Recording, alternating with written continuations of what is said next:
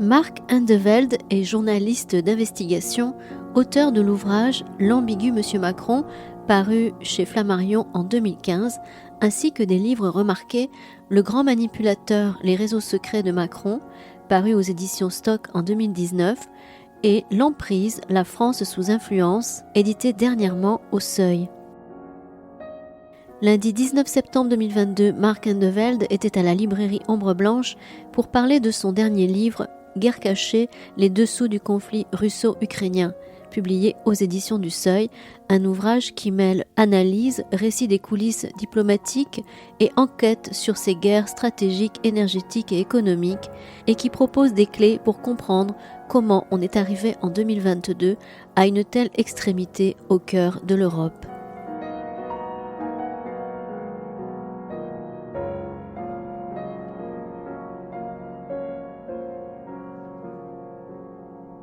Bien, bonjour à toutes et à tous. Un grand merci à la librairie Ombre Blanche pour cette opportunité qui nous est offerte donc, de discuter avec Marc Andevelde, donc un ancien de Sciences Po Toulouse, dont nous suivons la carrière de très très près. C'est très vrai. belle carrière. Ah oui, oui, oui, ça fait un bail maintenant quand même hein, que tu es sorti de...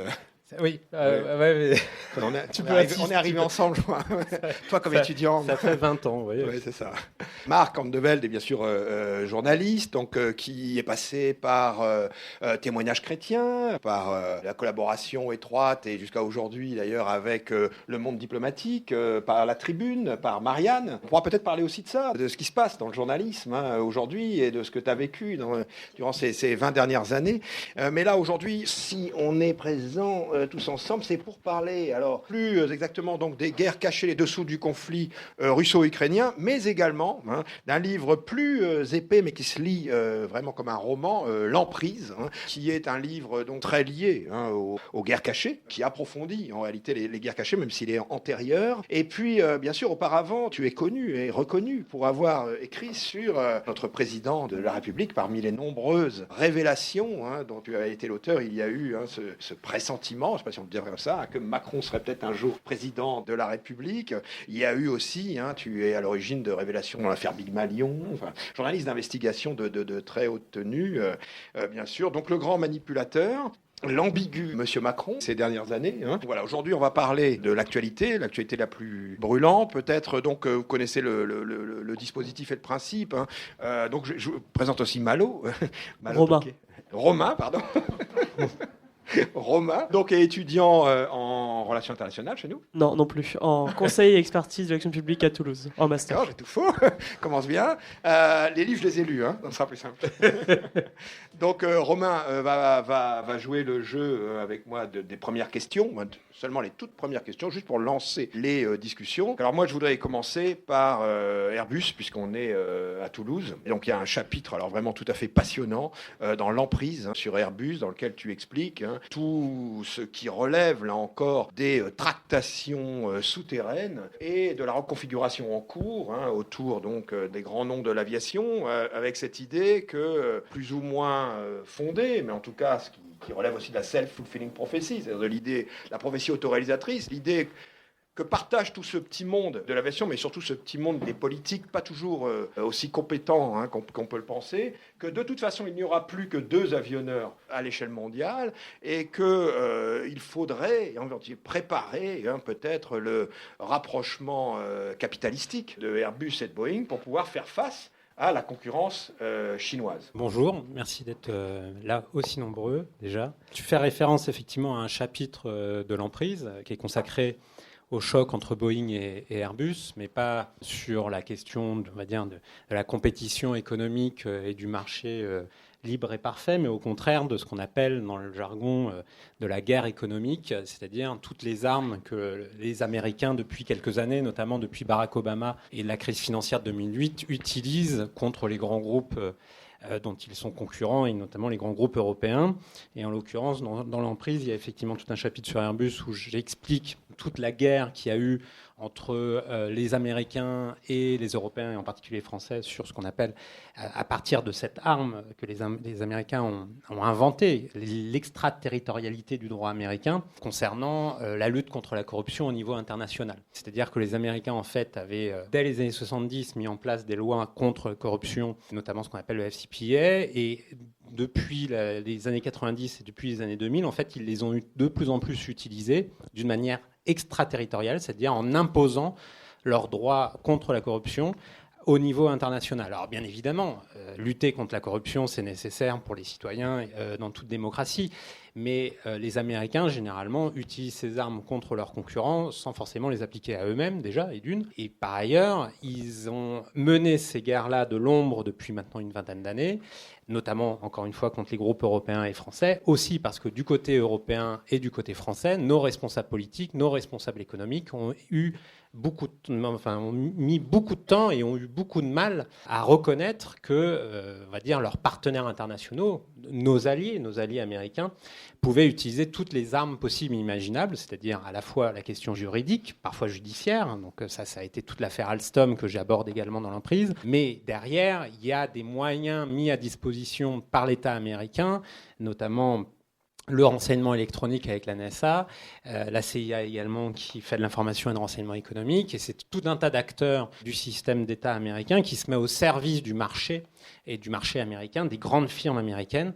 Et effectivement, derrière les discours très idéologiques en France parfois, au mauvais sens du terme, c'est-à-dire où on a l'impression que le néolibéralisme serait pur et parfait, enfin bon, ça c'est encore tout un débat, mais en tout cas, en réalité, en France en particulier ou en Europe plus particulièrement également, on a du mal parfois à utiliser les mêmes armes que, en l'occurrence, les Américains. Tu pointes un autre élément que j'aborde dans l'emprise, qui est un peu le point de départ de l'emprise, qui explique aussi pourquoi après j'ai rapidement pu travailler sur l'actualité récente, sur ce qui s'est passé en Ukraine malheureusement, c'est que le point de départ de l'emprise, c'est notamment de comprendre comment la France, aujourd'hui, que ce soit tant d'un point de vue économique que stratégique et politique avec Emmanuel Macron, qu'on a présenté comme un président très actif à l'international, on pourra revenir dessus, avec une image qu'il utilise lui-même, eh bien, j'ai essayé de comprendre justement cette emprise sur la France de cet affrontement de plus en plus important entre les deux superpuissances que sont la Chine et les États-Unis. Et comment, dans cet affrontement-là, entre Chine et États-Unis, les Européens étaient de plus en plus en situation en fait, de vassalisation, pour employer un terme fort, mais surtout de faiblesse, et où finalement les peuples européens, l'Europe et la France en particulier étaient de moins en moins maîtres de leur destin au regard de cet affrontement-là, qui est un affrontement économique, comme je le disais dans l'emprise. Il n'y a plus d'alliés aujourd'hui qui tiennent, il n'y a que des concurrents et donc tous les coups sont permis. Mais bien évidemment, qu'on le voit encore très récemment, mais ça c'est un projet que j'avais initié déjà. Donc le livre a été publié en janvier 2022, mais en fait c'est un projet que j'ai initié depuis 2019. Parce que depuis 2019, dans mes contacts, mes sources diverses et variées, dans les milieux financiers, économiques, on était déjà en train de parler de retour de la guerre froide vis-à-vis de la Chine. Et donc, les milieux économiques et financiers, qui maintenant spéculent énormément sur la question des matières premières, par exemple, avaient largement anticipé les tensions qui se sont multipliées depuis et qu'on a connues notamment à travers la crise Covid, mais pas que. Voilà. Il y a en réalité 15 ans de boulot, c'est des centaines d'entretiens, c'est de la littérature grise qui a été fouillée, c'est des rapports qui ont été retrouvés parfois par un travail d'investigation tout à fait remarquable et par miracle aussi. Donc on a vraiment beaucoup de choses. Cette arme du droit que tu évoques, elle est essentielle aujourd'hui dans la stratégie états-unienne. On la retrouve à l'origine du dépeçage de plusieurs entreprises très importantes du CAC 40 français. L'arme du droit s'accompagne effectivement d'autres stratégies.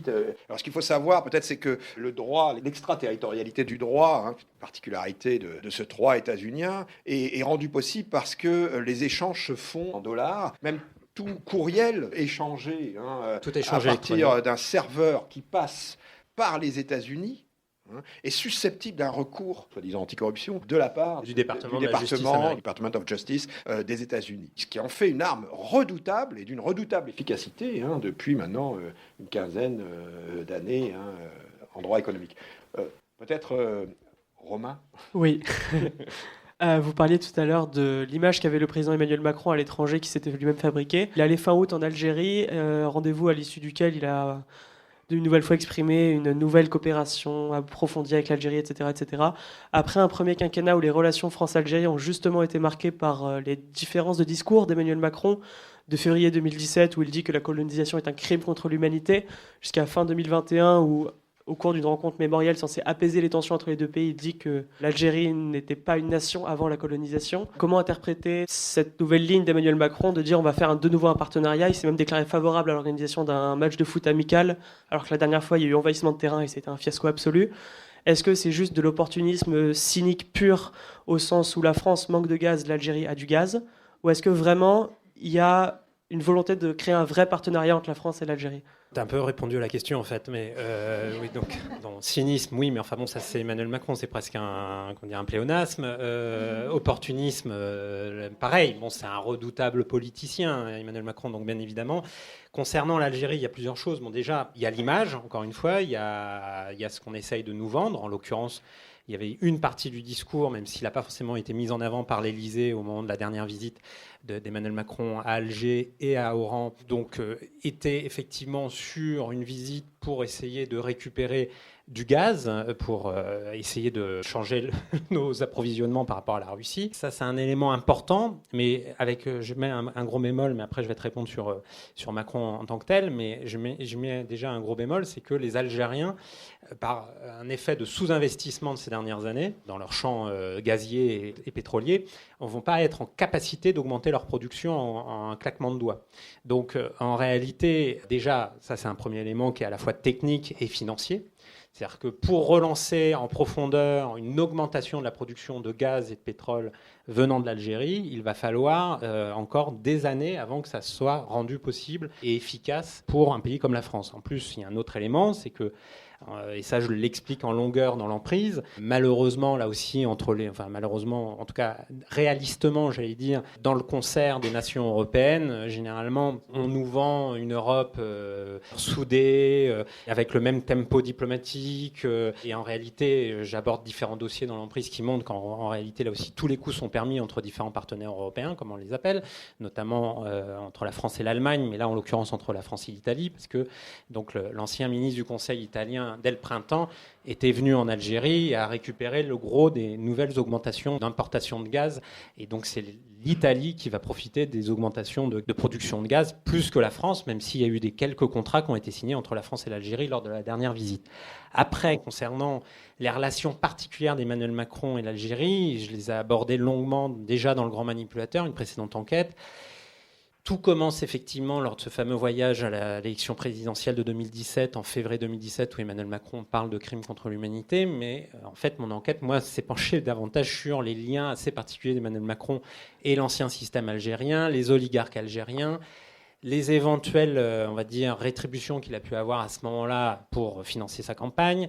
Ensuite, il y a eu le Irak qui a empêché normalement, les relations diplomatiques de se faire entre l'Élysée et Alger, notamment par rapport à cette histoire récente qui a été le voyage de Macron en 2017. Voilà, Macron sur l'Algérie, il y a de l'opportunisme, il y a du cynisme, il y a un double discours constant, il y a un électoralisme aussi, parce que quand il donne, on va dire, un signal aux Algériens, rapidement, il se tourne vers les Pieds-Noirs, enfin la communauté Pieds-Noirs en France, et donc effectivement, il dit tout son contraire, tant d'un point de vue mémoriel qu'au niveau stratégique. Bon, ce qu'il faut savoir, et c'est pour finir sur ce point-là, sur l'Algérie, c'est que la situation de la France en Afrique aujourd'hui est extrêmement critique.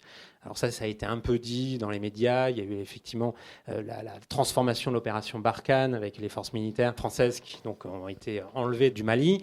Mais en réalité, la position de la France en Afrique, y compris dans son précaré habituel, est aujourd'hui menacée de toutes parts. Déjà à la fois pour des choses, on va dire, légitimes avec des bonnes raisons et des mauvaises raisons, c'est-à-dire une compétition là aussi effrénée entre grandes puissances et puissances régionales. Des puissances régionales très actives en Afrique. Je pourrais parler de la Turquie, qui est extrêmement active depuis quelques années en Afrique, mais également d'Israël, dont on parle assez peu, qui a également une stratégie extrêmement pointue et extrêmement efficace en Afrique. Ça, on pourra revenir peut-être sur la question de Bolloré que tu voulais aborder. Et bien évidemment, les États-Unis, la Chine, derrière tout ça, il y a des enjeux considérables où les Africains et les différents peuples africains n'ont pas vraiment voix au chapitre. C'est la question des métaux rares qu'il y a derrière, la question des hydrocarbures également. Toutes les grandes puissances aujourd'hui regardent l'Afrique comme, on va dire, un Eldorado, notamment l'Afrique des Grands Lacs, mais également aussi le Sahara, avec la question de l'uranium aussi. Donc là-dedans, Macron a eu une diplomatie très impressionniste. Il a essayé de dire qu'il renouvelait la position et l'image de la France, y compris vis-à-vis des États africains, mais ça a été très très peu efficace en réalité. Peu d'engagement, peu de vision historique. Bon voilà, si je continue, je vais tomber dans le réquisitoire à l'égard du président de la République. Donc on va dire encore que je suis obsédé par le président de la République. Je ne suis pas obsédé par le président de la République, c'est simplement il commence son 2e mandat et qu'on a peu de temps en fait, on a peu de temps, que ce soit pour les jeunes générations ou même que ce soit en France ou en Afrique. Oui, puis je pense que c'est l'explication par le cynisme et pas non plus la bonne. C'est-à-dire, c'est aussi l'intérêt de ton travail. C'est-à-dire que les hommes politiques, d'une manière générale, et même dans le cas de Macron, croient quand même dans ce qu'ils font, quoi. Il faut quand même prendre cette perspective. Disons que Macron a des mais il change d'avis tout le temps. Voilà. Mais au moment où il le fait, je pense qu'il y croit, et en particulier sur ce dossier. En tout cas sur le dossier de crime contre l'humanité. Je veux dire, ça, ce serait un mauvais procès d'intention à lui faire, et puis quand même là il fallait un certain courage pour le coup pour dire ça à ce moment-là. Bon, maintenant l'explication elle passe aussi par le Nigeria. En l'occurrence il faut un pipeline qui passe par l'Algérie. Là, le gaz, il est disponible au Nigeria. Et là, il y a un vrai problème. Et ça, ce serait opératoire rapidement. Ça aussi, tu l'expliques très bien. Il y a des choses qui sont derrière, qui sont quand même plus complexes, jamais présentes dans les journaux, y compris des journaux économiques spécialisés, quoi. Alors, effectivement, Bolloré, parce qu'on parlait de l'Afrique et des ports africains, mais on va parler plutôt de Bolloré et les médias et l'édition. Parce que ça intéresse beaucoup de monde, tout ça. Et essayer de comprendre cette irrésistible ascension de Bolloré. Et comment il a pu réussir à convaincre les présidents, enfin Hollande, puis Sarkozy, puis Macron, et puis ses désamours, et comment il a réussi à s'imposer à ce point. Et là aussi, il y a un chapitre entier sur le sujet qui est très détaillé. Moi, je reviendrai sur 2 sujets que vous avez abordés. Je pense à Alcatel pour l'industrie et sur la question du gaz et le Nigeria. On parlera de ça après. Mais sur Bolloré, qu'est-ce que j'apporte ? Effectivement, j'apporte pas un mince dossier. C'est les raisons, on va dire, réelles de la guéguerre que vous avez peut-être pu apercevoir entre médias interposés entre le groupe Bolloré et l'Élysée. On a énormément parlé des positions réactionnaires et droitières de Bolloré. Je ne vais pas revenir là-dessus. Ça fait longtemps qu'il est très, très catholique, mais c'est son droit, on va dire. C'est aussi son droit, on va dire, d'imprimer en tant qu'actionnaire une ligne éditoriale à différents médias. Bon, ça, c'est le problème malheureusement des journalistes d'imprimer un rapport de force contre un actionnaire comme ça. Et tu abordais une question centrale qui est le rapport de Bolloré à l'État en France, rapport particulier tant en tant que patron de médias que en tant qu'industriel qui a des activités en lien direct avec certaines décisions de l'État, tant d'un point de vue réglementaire que d'un point de vue, on va dire, géopolitique et diplomatique et militaire. Et donc, Bolloré, en fait, ces dernières années, notamment au cours du dernier quinquennat, s'il s'est retrouvé à combattre en partie l'Élysée pendant un certain temps, c'est qu'en fait, des intérêts du côté de l'Élysée, il considérait que ces intérêts-là allaient à son encontre, notamment du point de vue de ses activités en Afrique. Et que donc, en fait, la guerre entre Bolloré et Macron, telle qu'elle a pu être racontée par les journalistes politiques parfois ces dernières années, son origine provient du problème africain pour Bolloré et surtout sur le fait qu'il a considéré que l'Élysée et Macron ne le soutenaient plus, comme les 2 autres présidents que tu as cités, Nicolas Sarkozy et François Hollande, en tout cas ne le soutenaient pas suffisamment au regard de ses activités africaines. Et ce n'est pas qu'une question de personne, ce n'est pas une question que de sincérité ou de choix. En l'occurrence, si Macron n'a pas plus soutenu Bolloré que ça en Afrique, dès 2017-2018, c'est qu'en fait, son principal collaborateur à l'Élysée, le fameux Alexis Kohler, un des personnages les plus puissants au niveau de l'État français, qui était déjà le principal collaborateur d'Emmanuel Macron à l'Élysée, parce qu'il était son directeur de cabinet entre 2014 et 2016, Alexis Kohler, vous avez sûrement suivi les articles de Mediapart, de mes confrères de Mediapart sur Alexis Kohler, mais la famille d'Alexis Kohler est la famille Aponte, qui est une famille italo-suisse qui est propriétaire maintenant du numéro 1 mondial des transporteurs maritimes, pièce essentielle de la globalisation que je décris également à travers l'emprise, parce que donc c'est eux qui ont une bonne partie de tous les porte-containers. Alors, il n'y a pas que MSC, l'entreprise, il y a également les franco-libanais CMA-CGM, qui sont aussi proches de l'Élysée, puis il y a les groupes chinois également en concurrence. Mais Bolloré a considéré que sur ses activités en Afrique, notamment la question de la gestion des ports et également la logistique, parce qu'il s'occupe également de logistique pure en Afrique, plus ses plantations, il a considéré que c'était les intérêts de MSC, groupe proche donc par la famille interposée d'Alexis Kohler, secrétaire général de l'Élysée, qui était en fait privilégié à l'Élysée plutôt qu'à ses intérêts. C'est pour ça que dès 2017-2018, il renforce son action et ses investissements dans les médias, tout simplement pour faire pression sur le château et l'Élysée. Et donc, ce n'est pas des considérations idéologiques, même si il a été dit, et c'est vrai, qu'il a en partie soutenu Zemmour dans un premier temps, quelques mois avant l'élection présidentielle. Il l'a dit qu'il trouvait que Éric Zemmour était un candidat intéressant, portant des valeurs dont il était proche. Mais en réalité, le vrai mobile du soutien à Zemmour, c'est ses ennuis financiers et industriels en Afrique, au regard à la fois de la concurrence présente en Afrique, tant des grands groupes maritimes, de logistique que du jeu géopolitique qu'on décrivait tout à l'heure et du jeu des grandes puissances, États-Unis, Chine en tête. Là-dedans, il s'est passé quelque chose à quelques mois de l'élection présidentielle, que là, pour le coup, personne n'a commenté. Bon, on va dire que mon livre est venu en janvier percuter un peu cela. C'est que, comme la vraie raison de la brouille de Bolloré avec l'Élysée, c'était l'Afrique et c'était les activités africaines de Bolloré, eh bien, dans les mois qui précèdent l'élection présidentielle, en fait, MSC et Bolloré se réconcilient, on va dire, alors avec un gros chèque. C'est-à-dire que MSC débourse, dans mon souvenir, 5,6 milliards d'euros pour acheter les activités africaines du groupe Bolloré. Et donc, les ennemis d'hier sont devenus les meilleurs amis, parce qu'il faut savoir que les activités africaines de Bolloré étaient estimées sur la place de Paris à moitié prix.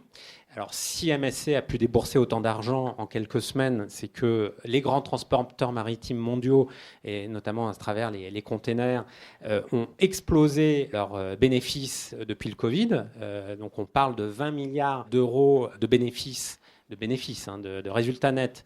C'est considérable sur l'année 2021 et sur l'année 2020. Donc, c'est 40 milliards de profits pour le groupe MSC, comme à peu près CMA-CGM. C'est des profits considérable. Et donc, c'est ce qui a permis au groupe MSC de racheter les activités africaines de Bolloré. Il a été annoncé que les négociations exclusives commençaient. Ça a été annoncé en décembre. Ça, j'avais l'information de toute façon, mais j'ai pu l'intégrer dans le livre. Et en fait, la conclusion du deal s'est faite une semaine avant le premier tour à l'élection présidentielle. On peut en tirer des hypothèses sur ensuite qu'est-ce qui s'est passé en coulisses concernant le groupe Bolloré, Éric Zemmour et Emmanuel Macron.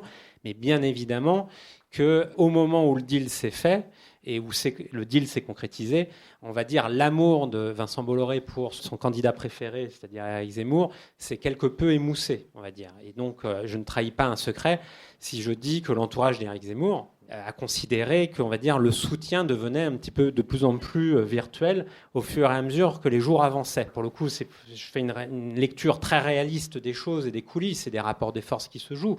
Mais ça pose quand même de nombreuses questions au regard de ces pressions financières au plus haut niveau de l'État en pleine situation électorale. Et donc, ça pose la question de l'intrusion et de ces interférences de ces groupes financiers dans le jeu démocratique. Donc, bien évidemment, Bolloré a joué sa carte. Il continue de le jouer d'un point de vue idéologique quand il porte, par exemple, un programme comme la chaîne d'information CNews, ou quand il investit énormément d'argent. On est à ombre blanche, on le sait bien, pratiquement sur la moitié des éditeurs de la place de Paris aujourd'hui, parce qu'il a racheté le groupe Hachette. Mais ça, on va dire, c'est sa stratégie industrielle. Il ne cache pas la multiplicité de ses interventions directes sur le contenu éditorial, tant de ses maisons d'édition que de ses journaux. Là où je mets un petit bémol, c'est sur deux choses. C'est qu'il ne le fait pas justement par rapport à une sincérité idéologique, il le fait par rapport à des intérêts. Et qu'il a considéré que dans le cours du quinquennat Macron, ses intérêts n'étaient pas suffisamment défendus par l'État français. Et deuxièmement, l'autre idée que j'ai oubliée, tu peux me relancer si tu veux, je suis désolé. Peut-être Romain, et puis ensuite on laisse la parole à la salle. C'est assez angoissant de voir à quel point un milliardaire qui se fâche peut envoyer un candidat fasciste à 17% dans les sondages. Ça fait un peu peur sur l'état de la démocratie en France. Moi, j'ai une question vraiment directement liée au dernier livre, donc Guerre cachée sur le conflit ukrainien. Déjà, premièrement, peut-être expliquer ce que c'est le mémorandum de Budapest de 1994, parce qu'on ne peut pas comprendre vraiment comment s'est déroulé le conflit ukrainien si on n'a pas connaissance de ce que c'est ce mémorandum, de la manière dont il a été attaqué et violé par les différentes parties, et comprendre comment le conflit s'est déclenché. Et ensuite peut-être regarder sur le rôle qui a été joué par l'industrie nucléaire américaine dans le déclenchement du conflit, au-delà des discours politiciens de c'est l'OTAN, c'est Poutine, c'est l'OTAN, c'est Poutine, de regarder comment les intérêts économiques et financiers du nucléaire américain ont pu influer sur le déroulement du conflit et son déclenchement. Sur l'Ukraine, comment je suis arrivé sur l'Ukraine? Ce qu'il faut comprendre, c'est que dès l'emprise, je traite de la question de ce qu'on appelle la guerre du gaz, qui avait commencé d'une manière bien ultérieure au conflit armé en Ukraine, en tout cas celui de 2022. Et par ailleurs, je me suis intéressé également à l'action diplomatique d'Emmanuel Macron et à ses rapports avec le Quai d'Orsay et à nos diplomates, et notamment à travers ses tentatives de dialogue qu'il a pu avoir avec Vladimir Poutine depuis 2017. Parce que je vous rappelle que quand Emmanuel Macron candidate à l'élection présidentielle en 2017, il le dit devant tous les Français qu'il va rétablir un dialogue constant avec Vladimir Poutine. Notamment, il souhaite avancer sur la question ukrainienne. Ça fait partie de ses engagements. Il dit justement à cette occasion-là qu'il n'a pas vraiment la même vision, notamment que François Hollande, sur la question ukrainienne et sur la question russe, notamment sur le rapport à la Russie. Ça, je pourrais revenir dessus avec plein de détails si ça vous intéresse. Mais ce que tu évoques dans le dur, c'est qu'effectivement, si je me suis intéressé d'autant plus à la question plus récente là, du conflit en Ukraine, c'est que, en fait, il y a la composante que personne évoque, qui est la composante nucléaire, où on l'évoque par l'émotion, et comme vous l'avez pu le voir cet été autour de la centrale de Zaporizhzhia, qui est occupée par les forces russes, où les deux parties s'autodénoncent sur des bombardements sur la centrale. Donc c'est quand même une situation complexe et particulièrement dangereuse. Mais ce que tu évoques là en peu de mots, c'est des éléments qui n'ont pas du tout été expliqués ou très peu expliqués en France. C'est-à-dire qu'en réalité, il s'est passé deux choses ces dernières années. Si je résume, les Ukrainiens, depuis 2014 notamment, depuis l'annexion à la Crimée et conflit au Donbass, ont voulu de plus en plus s'autonomiser du point de vue énergétique vis-à-vis de la Russie. Et ça s'est traduit dans le nucléaire civil par une chose, c'est qu'ils se sont de plus en plus tournés vers l'industrie nucléaire américaine. Pourquoi ? Parce que historiquement, et ça on vous l'a dit dans les grands journaux ou à la télévision, les 15 réacteurs nucléaires qui sont présents actuellement en Ukraine, et encore en fonctionnement, même s'il y en a certains qui sont arrêtés, ces 15 réacteurs sont des réacteurs de conception soviétique qui ont été construits pour les plus récents dans les années 80, donc juste avant la chute de l'Union soviétique.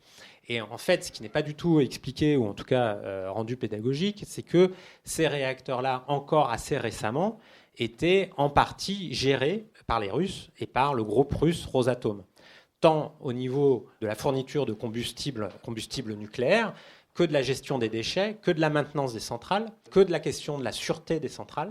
C'était en partie les Russes qui géraient ça, y compris ces dernières années, depuis l'indépendance de l'Ukraine après 1991. Et ça, depuis 2014, les Ukrainiens, parce qu'ils ont souhaité s'affranchir de plus en plus de la tutelle de la Russie, ils se sont de plus en plus tournés vers les Américains. Et en parallèle, les Américains, ça je pourrais revenir longuement sur le sujet, alors qu'ils avaient délaissé leur industrie nucléaire civile, même s'ils ont plus de 50 réacteurs sur leur territoire, mais ils avaient délaissé l'industrie nucléaire civile tant dans la construction de réacteurs sur leur territoire qu'au niveau international en export.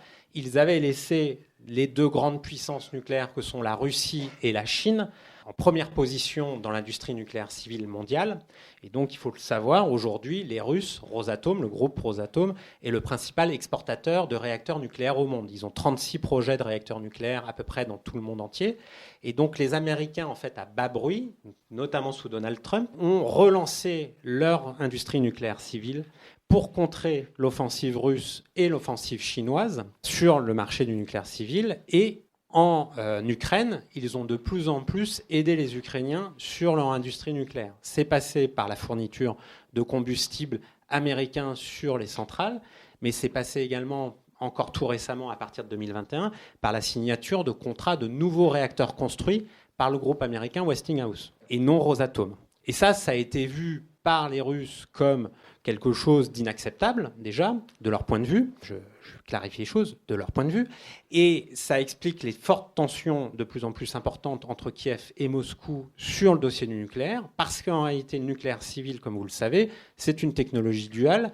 Elle peut être uniquement civile, mais une technologie duale a une application potentiellement militaire, comme vous le savez.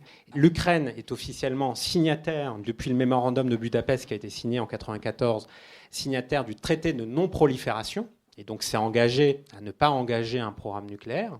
Okay, mais le mémorandum de Budapest, c'était quoi? Alors là, c'est pareil, peu de gens l'ont expliqué en France, ça a pourtant été expliqué assez longuement dans la presse américaine, c'est pas un secret de ce point de vue-là, mais le mémorandum de Budapest a été signé entre la Russie, l'Ukraine, les États-Unis, la Grande-Bretagne, puis par la France et la Chine par la suite. Le mémorandum a permis à ce que les ogives nucléaires soviétiques qui étaient sur le territoire ukrainien après la chute de l'Union soviétique puissent être ramenées à Moscou, et ça a été un désarmement nucléaire de l'Ukraine. Sauf que depuis 2014, les Ukrainiens ont considéré que ce papier qu'ils avaient signé, en l'occurrence le mémorandum de Budapest, ne leur avait pas permis d'avoir des garanties de sécurité suffisantes. Parce que le mémorandum de Budapest, les grandes puissances nucléaires engageaient leurs responsabilités dans la garantie territoriale de l'Ukraine, mais c'était des garanties qui étaient non obligatoires. Et donc, quand les Russes ont annexé notamment la Crimée en 2014, eh bien, aucune des grandes puissances nucléaires, notamment les États-Unis, ne sont réellement intervenues dans le jeu à ce moment-là. Et donc, depuis ce temps-là, en Ukraine, comme dans les pays de l'Europe de l'Est, enfin ce qu'on appelle l'Europe de l'Est, Pologne en tête notamment, il y a un débat qui est monté de plus en plus, qui est en partie public en réalité, mais là aussi qui n'a pas été retranscrit dans la presse française, qui est le débat, en fait, pour que les Ukrainiens puissent se défendre face à la puissance nucléaire qu'est la Russie, eh bien, il faut permettre ou donner des armes, mais permettre à l'Ukraine de pouvoir s'armer nucléairement. Chose qui est inacceptable pour la Russie et pour Poutine. Et ça, c'est quelque chose qui a été dit 5 jours avant le début de l'invasion russe, en février 2022, à la conférence de sécurité de Munich, où Zelensky, qui était présent à la conférence de sécurité de Munich, est revenu sur le mémorandum de Budapest, a dit qu'il fallait une grande conférence internationale diplomatique sur le mémorandum de Budapest, parce qu'il y avait un problème autour de ça, et que si la question du mémorandum de Budapest n'était pas réglée au regard des besoins des Ukrainiens de pouvoir se protéger par rapport à la puissance nucléaire qu'est la Russie, les Ukrainiens en tireraient toutes les conséquences. Et il a eu cette phrase « Nous n'avons pas cette arme, donc l'arme atomique, mais nous n'avons pas la sécurité ». Et ça, c'est quelque chose qui n'a pas du tout été intégré, notamment par une puissance nucléaire comme la nôtre, c'est-à-dire la France, qui n'a pas particulièrement été intégrée par les diplomates du Quai d'Orsay, qui pourtant ont une direction qui s'appelle la direction stratégique et qui est spécialisée dans les questions de non-prolifération et sur les questions de dissuasion nucléaire. C'est quelque chose qui n'a pas du tout été intégré par le corps diplomatique français, ni par Emmanuel Macron à l'Élysée, parce que, on va dire, la France a considéré qu'elle était sûrement garante des accords de Minsk, qui de toute manière étaient difficilement pas appliqués. Voilà, et donc je raconte ça, notamment à travers le dernier livre. Et donc tu parlais de l'industrie nucléaire civile américaine, c'est un peu plus compliqué que ça.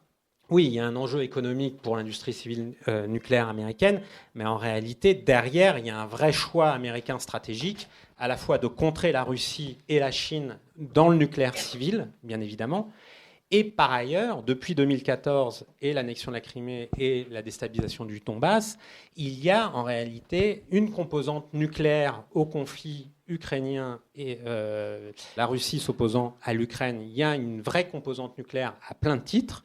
Et je m'arrête là pour l'instant, vous aurez des questions par la suite, mais ça explique pourquoi, en février 2022, par exemple, la constitution de la Biélorussie, alliée et vassale de la Russie, a été changée pour faire de la Biélorussie d'un État non nucléaire, de faire la Biélorussie un État nucléaire.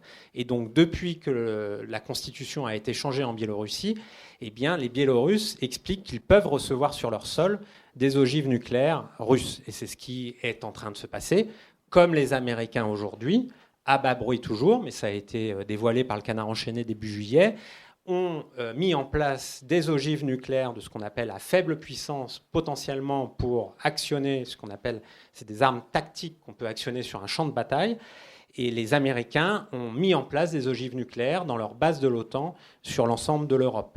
Les Russes font de même. Et donc, quand on vous dit qu'il n'y a pas de sujet concernant la dissuasion, en réalité, c'est faux. Depuis 2014 et le conflit qui a débuté à ce moment-là en partie, il y a un affaiblissement de la dissuasion nucléaire au niveau européen. Bon, je ne veux pas faire peur, mais la situation est tendue de ce point de vue-là. Et d'ailleurs, c'est l'ancien secrétaire général des Nations Unies, en 2014, qui savait très bien que le fait que les Russes bafouent d'une certaine manière le mémorandum de Budapest, en ne respectant pas la garantie territoriale de l'Ukraine, il savait très bien que les Russes ouvraient la boîte de Pandore à ce moment-là au regard des engagements du mémorandum de Budapest, en l'occurrence que ça montrait le signal aux États non nucléaires de la planète que pour vraiment se défendre face à une puissance nucléaire, il fallait disposer de l'arme atomique. C'est l'idée sous-jacente, et c'est pour ça que Ban Ki-moon, dès 2014, a tiré la sonnette d'alarme en expliquant qu'il y avait un affaiblissement du régime de non-prolifération et un affaiblissement de la notion de dissuasion nucléaire. Voilà la situation aujourd'hui dans laquelle nous sommes.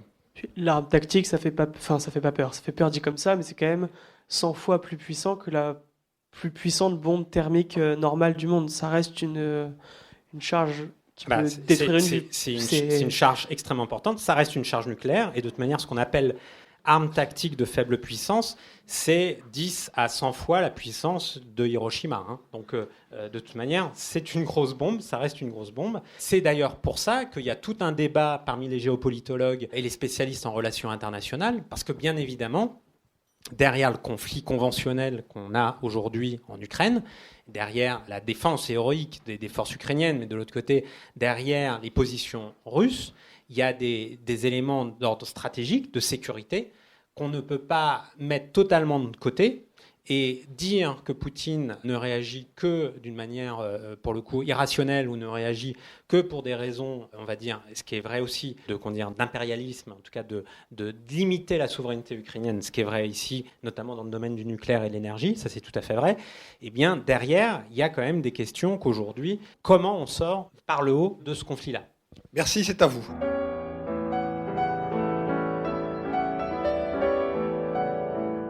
Vous écoutez le journaliste Marc Indeveld à la librairie Ombre Blanche à Toulouse, lundi 19 septembre 2022, autour de la parution de son ouvrage « Guerre cachée, les dessous du conflit russo-ukrainien », édition du Seuil.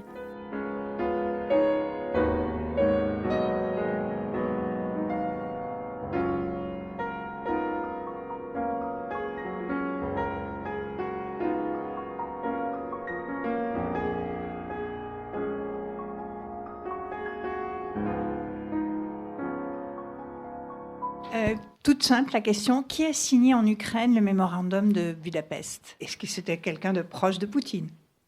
Alors, pas spécialement. Alors, j'ai plus le nom exact, mais c'était les présidents et l'équivalent du Parlement, enfin de l'Assemblée nationale, j'allais dire, mais du Parlement ukrainien, qui a ratifié le traité, enfin qui n'était pas vraiment un traité, c'est un mémorandum justement, mais le traité diplomatique a été contresigné et ratifié par la partie ukrainienne. Ce qu'il faut savoir, c'est qu'à l'époque, il y avait des gens en Ukraine qui n'étaient pas d'accord avec cela. Alors après, un élément important, c'est que la partie, notamment pro-russe, va expliquer que ces armes-là étaient de toute manière la propriété de Moscou. Et d'ailleurs, c'était en partie vrai parce que les codes appartenaient à Moscou. Les Ukrainiens n'avaient pas les codes d'utilisation de ces armes.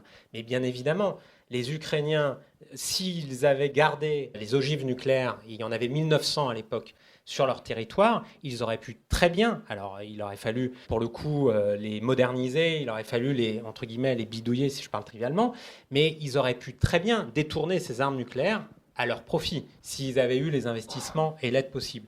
Ce qu'il faut savoir, c'est que l'industrie ukrainienne de la défense est extrêmement évoluée historiquement. C'est-à-dire que notamment, les Ukrainiens savent faire des missiles. Ils ont des ingénieurs en capacité et ils ont une industrie en capacité, encore tout récemment, de construire des missiles importants qui pourraient à terme mettre en place des ogives sur ces missiles-là. Mais de l'autre côté, l'industrie nucléaire militaire à l'origine du programme nucléaire soviétique, là pour le coup, il y a de la marge parce que réellement, la plupart des infrastructures étaient en Russie. C'est pour ça que d'ailleurs, il y a un débat de spécialistes où les spécialistes que j'ai interrogés, notamment, on va dire, les sources militaires nucléaires, en partie françaises, mais pas que j'ai pu avoir sur le dossier, m'ont dit qu'à l'instant T, il n'y a pas eu de programme relancé du côté ukrainien en cachette, ce qui est également une partie du discours de propagande tenu par Vladimir Poutine. Donc là-dedans, il y a des effets de propagande et de faux semblants. Reste que toutefois, il y a un enjeu d'équilibre des forces d'un point de vue nucléaire. Alors justement, tu parlais de journalisme tout à l'heure, Eric. C'est très difficile aujourd'hui, je vais vous dire, de faire un travail d'information alors qu'on est dans des situations internationales, notamment depuis le Covid, mais aussi la guerre en Ukraine, où on est devant des flots d'informations et de communication et parfois de propagande pure. Et donc, à chaque fois qu'on dit quelque chose, on est toujours accusé d'être dans un côté ou de l'autre. En l'occurrence, concernant le récit sur l'OTAN. Alors, le récit sur l'OTAN, en fait, ce que j'essaye, moi, d'expliquer, c'est que la vraie ligne rouge russe, ce n'est pas l'OTAN en tant que telle. D'ailleurs, les Ukrainiens, ça fait déjà bien longtemps qu'ils ont mis en place leurs forces armées en interopérabilité, comme on dit, avec l'OTAN, avec les forces de l'OTAN. C'est-à-dire qu'en réalité, depuis 2014, l'armée ukrainienne s'est de plus en plus adaptée au matériel de l'OTAN, y compris d'un point de vue de communication électronique, d'un point de vue de stratégie militaire. Et d'ailleurs, là, on peut le voir au niveau de la contre-offensive. Donc, en pratique, en réalité, ça fait bien longtemps que l'Ukraine s'est tournée du côté de l'OTAN. Mais l'adhésion effective à l'OTAN a, ces dernières années, en réalité, à la fois toujours été refusée par la France et l'Allemagne, mais également, aussi, ça il faut le savoir, ce n'était pas forcément la volonté de la Maison-Blanche, même si aux États-Unis, des cercles qu'on pourrait qualifier de néoconservateurs poussaient à ce que l'Ukraine intègre l'OTAN. Mais la vraie ligne rouge, en réalité, pour Poutine, c'était est-ce que l'Ukraine allait bénéficier du parapluie nucléaire de l'OTAN, américain ou pas. C'est ça, en fait, dans l'idée de Poutine, la vraie ligne rouge. Ce n'est pas l'OTAN en tant que telle, c'est est-ce que l'Ukraine va être une menace dans la dissuasion nucléaire russe. C'est ça la question qui est réellement posée derrière. Après, ce qu'il faut savoir, c'est qu'il y a eu justement, et là aussi, je pourrais faire des grandes analyses, mais ce n'est pas ni ma formation, ni ma position. Je pourrais faire des grandes analyses géopolitiques pour dire justement, voilà, il y a une stratégie de long terme de l'OTAN et compagnie et compagnie. Moi, ce que je vois au niveau factuel sur le conflit entre la Russie et l'Ukraine, c'est deux choses. C'est déjà les Américains et les États-Unis, depuis notamment Donald Trump, mais ça avait commencé dès Barack Obama, font de la Chine leur principal ennemi systémique. Et donc, en réalité, ils n'avaient pas forcément besoin, voire une nécessité ultime, de provoquer, comme certains le disent, un conflit aussi important à la porte de l'Europe vis-à-vis de la Russie. Ce n'est pas forcément totalement leurs intérêts, même si, au final, dans tous les cas de figure, c'est les Européens qui en payent le prix à tout niveau, qui en payent les pots cassés, et également les Ukrainiens qui en payent le pot cassé en termes de vie humaine, et aussi de destruction du pays. Parce qu'aujourd'hui, l'industrie globale ukrainienne et l'économie ukrainienne est totalement à plat, en fait. Ça, il faut le savoir. Donc, je pourrais entrer dans ces grandes analyses-là, mais sur le plan factuel, il y a deux choses. Un, les Américains n'avaient pas forcément, même s'il y avait débat aux États-Unis, mais n'avaient pas forcément un intérêt direct à se coltiner directement avec les Russes, alors que maintenant, leur principal objectif, c'est la Chine, en fait. Ça, c'est quelque chose qui est incohérent de ce qui s'est passé ces derniers mois, et notamment depuis 2 ans. Deuxièmement, et donc ça, par exemple, on le voit en juin 2021, quand Biden rencontre Vladimir Poutine à Genève. Ça, tout le monde l'a oublié et personne ne l'a rappelé. Lors du sommet de Genève, Poutine-Biden, Biden et Poutine se mettent d'accord avec Angela Merkel pour ouvrir le gazoduc Nord Stream 2. Vous savez, quel gazoduc qui traverse la mer Baltique pour les livraisons de gaz directement de la Russie à l'Allemagne.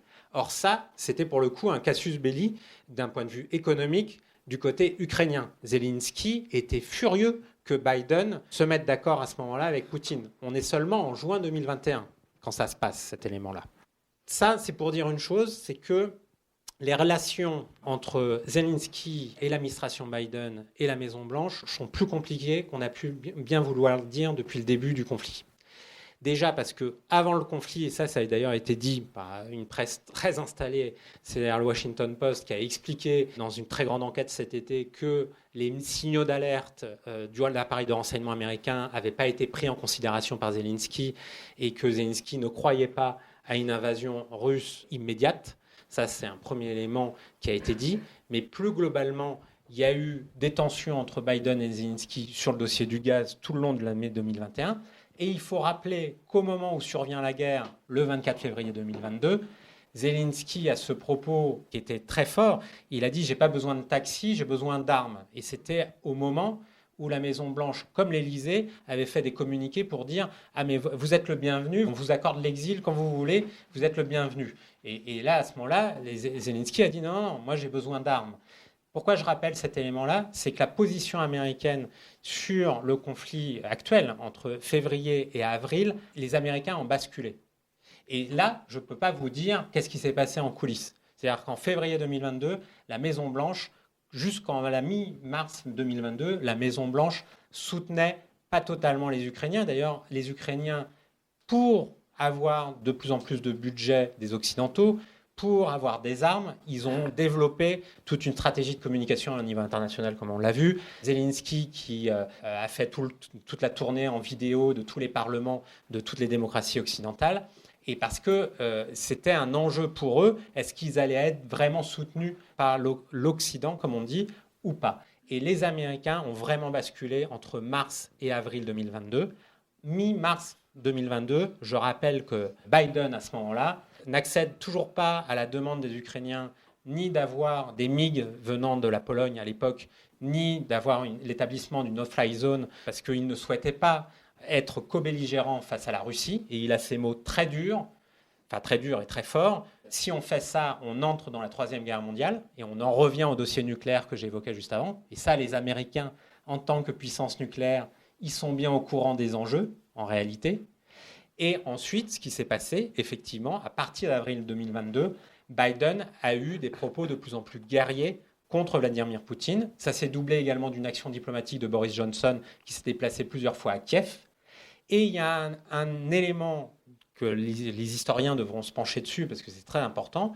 Là aussi, tout le monde n'a pas mis les projecteurs dessus, mais les vraies négociations de paix, elles avaient été enclenchées fin mars 2022 sous l'égide de Erdogan et de la Turquie, et que lors de ces négociations de paix, la partie ukrainienne comme la partie russe avaient bougé sur différents points importants. Et d'ailleurs, Zelensky fait ses déclarations à la presse internationale, c'est repris à l'époque par la BBC et le Financial Times. Il dit « Nous sommes prêts à aller sur le principe d'un État non nucléaire ». Et il dit « Je crois d'ailleurs que c'est pour ça que Vladimir Poutine a commencé la guerre ». Donc on en revient au dossier nucléaire à ce moment-là. Et ce qui s'est passé, c'est qu'ensuite, début avril 2022, il y a eu une série d'exactions russes, notamment Boutcha. Il y a eu l'émotion internationale. Il y a Boris Johnson qui s'est déplacé auprès de Kiev. Il y a eu l'augmentation du soutien armé de l'Occident vis-à-vis de Kiev. Et là, le début de négociations qui avait eu lieu fin mars 2022 a totalement été arrêté jusqu'à quasiment aujourd'hui. Aujourd'hui, le canal diplomatique est quasiment rompu. Il y a un dossier où les Américains et les Russes continuent de se parler en coulisses et secrètement. Ça, j'en parle dans un prochain papier que je fais. C'est justement la question du nucléaire et du nucléaire tant militaire que civil et la situation de la centrale Zaporizhzhia qui a été extrêmement médiatisée cet été et au regard de ce que je vous expliquais tout à l'heure, qui était que les Américains savent très bien que les 15 réacteurs de conception soviétique aujourd'hui présents sur le sol ukrainien, tant ceux qui sont occupés par les Russes, ceux qui sont toujours à disposition des Ukrainiens, ces réacteurs-là nucléaires de conception soviétique ne pourront fonctionner à court, moyen terme que toujours avec l'aide des Russes. Parce que, par exemple, je vous donne un truc qui n'a pas du tout été expliqué dans les médias, la maintenance des centrales actuelles ukrainiennes, et notamment la question des pièces détachées. Les pièces détachées de ces centrales-là viennent de la Biélorussie. Voilà. Donc les Américains ont fait un communiqué pour expliquer qu'ils avaient acheté des pièces détachées de conception soviétique sur le marché d'occasion international. Voilà, ça existe.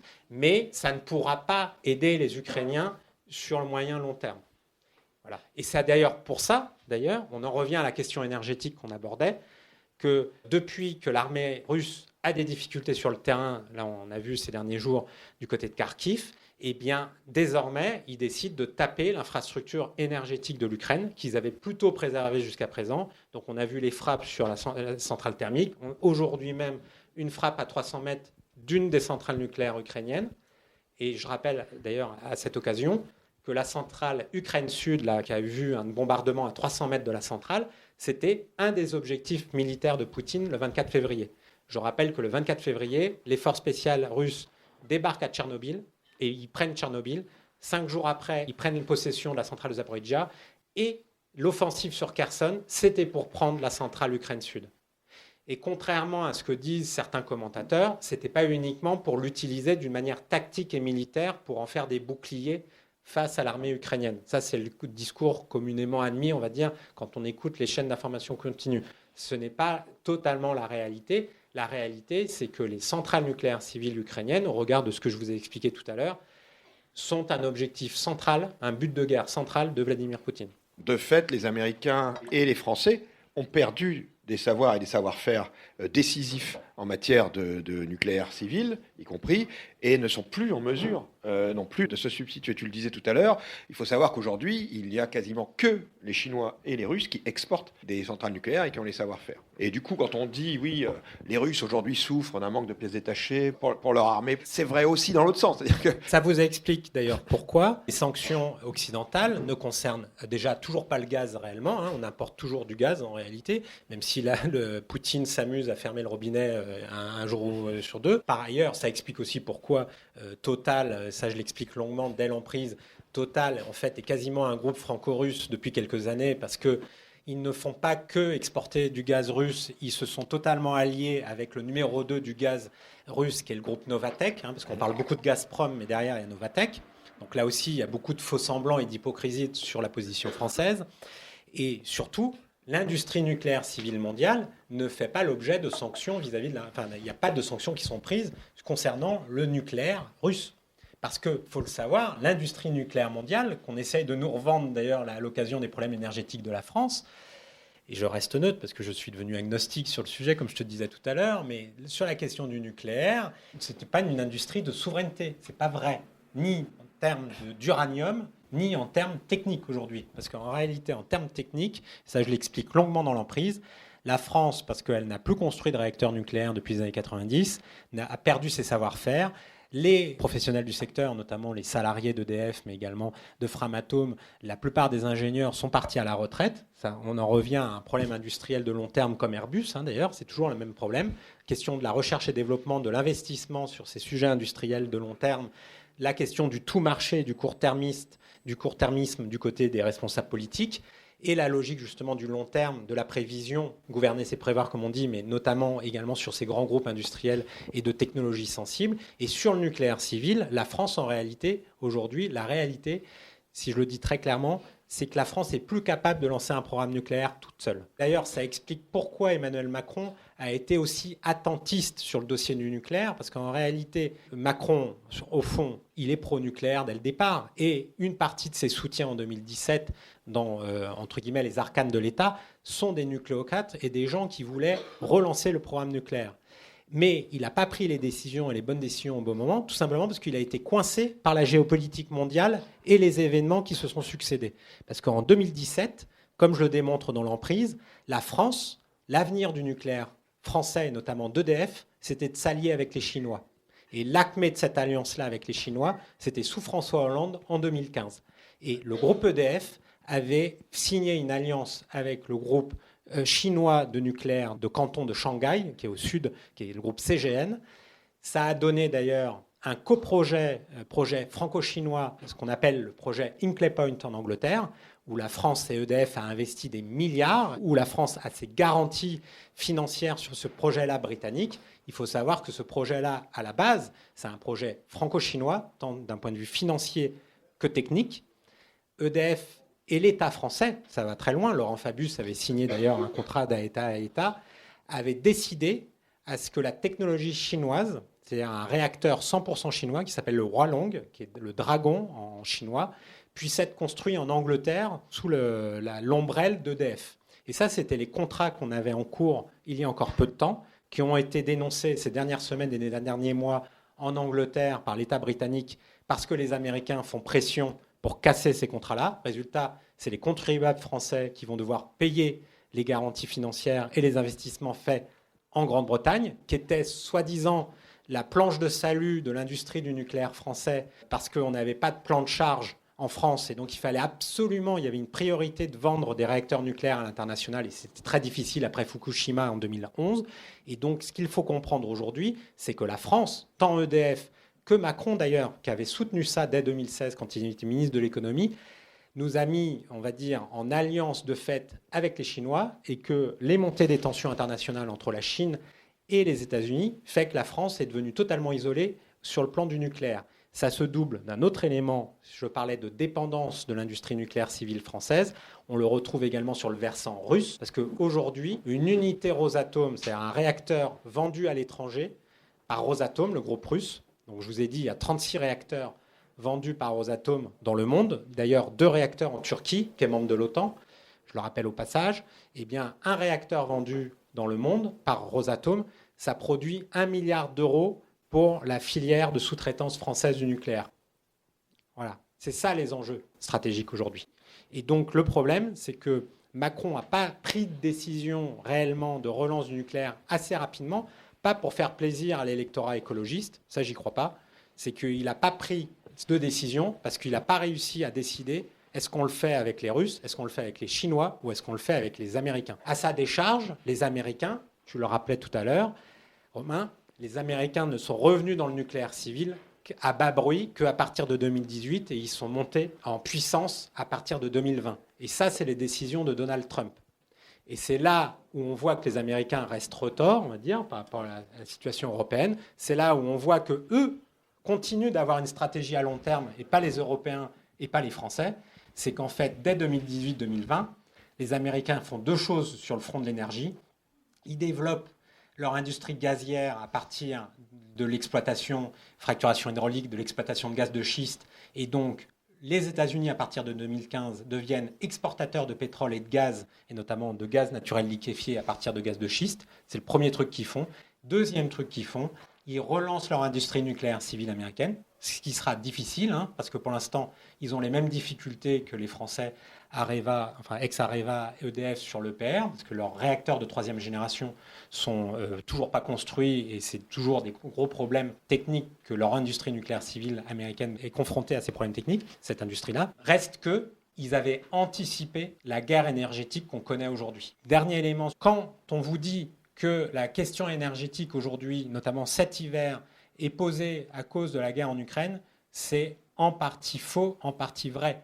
En partie faux, l'Ukraine est un révélateur de notre dépendance énergétique. Mais la question du marché du gaz et de l'électricité, elle était déjà posée depuis plus de 18 mois, parce que dès l'été 2021, les Russes ont commencé à exporter leur gaz vers la Chine, ce qui était nouveau. Gazprom, à bas bruit, a diminué ses exportations de gaz vers l'Europe, ce qui a provoqué une spéculation sur le cours du gaz au niveau du marché européen, ce qui fait qu'en pleine campagne présidentielle, tout le monde s'en foutait, mais le gaz était déjà... Enfin, le prix de l'électricité indexé sur celui du gaz, parce que vous savez peut-être que le prix de l'électricité est indexé sur l'énergie la plus chère pour fabriquer de l'électricité. Le prix de l'électricité était déjà monté à 300 € le mégawattheure au printemps, alors qu'à la même période, habituellement, il était à 20 € le mégawattheure sur le marché européen de l'énergie. Aujourd'hui, cet été, on est à 1000 € le mégawattheure. Pour vous dire que parce que ces enjeux stratégiques et énergétiques n'ont pas été mis sur la place publique, de la droite à la gauche, ou très mal, ou toujours sur des considérations purement idéologiques qui se posent par ailleurs. Est-ce qu'on fait du renouvelable, est-ce qu'on fait du nucléaire, est-ce qu'on fait du gaz? Mais derrière, il y a un élément que les différents responsables politiques français ne se sont jamais posés devant le public français, devant les électeurs, c'est la composante géopolitique. C'est quelle est la stratégie de la France géopolitique dans le monde actuel? Voilà, qui est un monde menaçant, qui est un monde difficile, qui est un monde sombre d'un point de vue de guerre. Voilà.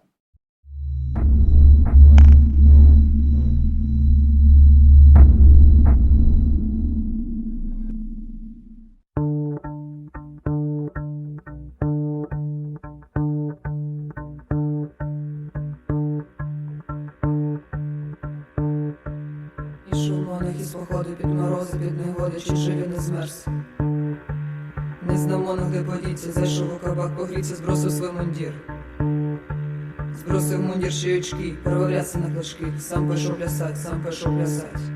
Наплясався, наігрався, з доброї волі розпрощався, скочив на крильцо, вдарив у кольцо.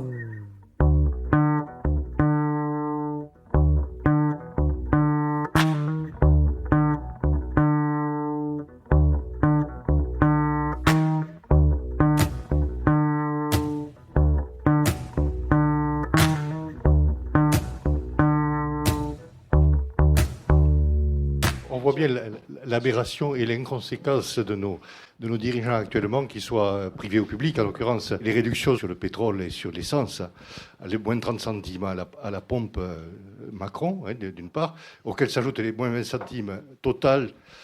Alors, d'un côté, oui, on comprend bien la crainte des gilets jaunes, la crainte sociale et tout ce qui s'ensuit côté public. Côté privé, Total, qui justement est impliqué dans les affaires russes, cherche à redorer son image. Conclusion, les pompes sont vides, les gens font le plein, vont avec des remorques le soir faire le plein dans les pompes. Mais c'est terrible ce qui se passe actuellement. Alors que l'énergie va devenir de plus en plus chère, qu'elle est précieuse et tout, on est en train de la gâcher. Il y a plus de voitures qui circulent que jamais. Évidemment, c'est pas cher actuellement. C'est pas cher. C'est vraiment des visées complètement démagogiques et de court terme. C'est assez catastrophique. Voilà, un petit commentaire. Oui, j'ai une question probablement difficile. C'est comment va évoluer ce conflit ? Qu'est-ce que vous pensez de cette évolution ? Quels sont les facteurs de succès ? De succès. De sortie de la guerre, quoi. Oui. Enfin, de succès de la paix ou de... Ah, le succès, c'est la paix. Bon. Bonjour. Je veux préciser que moi aussi, je suis élève à Sciences Po, mais c'est pas l'enjeu. Vous avez un peu, en partie, couvert ma question tout à l'heure en parlant de l'avenir du nucléaire français. Vous avez évoqué donc les trois principaux acteurs du milieu, c'est-à-dire la Chine, la Russie et désormais beaucoup plus les États-Unis. Ma question donc va se diviser en deux parties. Les réponses seront peut-être courtes, mais est-ce que le nucléaire ukrainien avait représenté pour EDF un sujet de discussion ?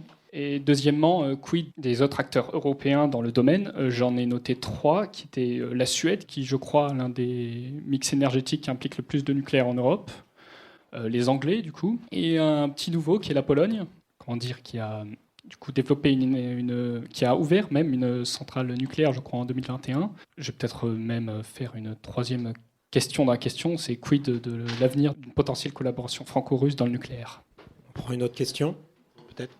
La position d'Emmanuel Macron sur le nucléaire a été fluctuante, puisqu'à un moment se posait la question de savoir s'il fallait relancer le programme nucléaire français en lançant la création de nouvelles centrales. Or, il semble maintenant, dernièrement, qu'il a pris cette décision de créer des mini-centrales nucléaires.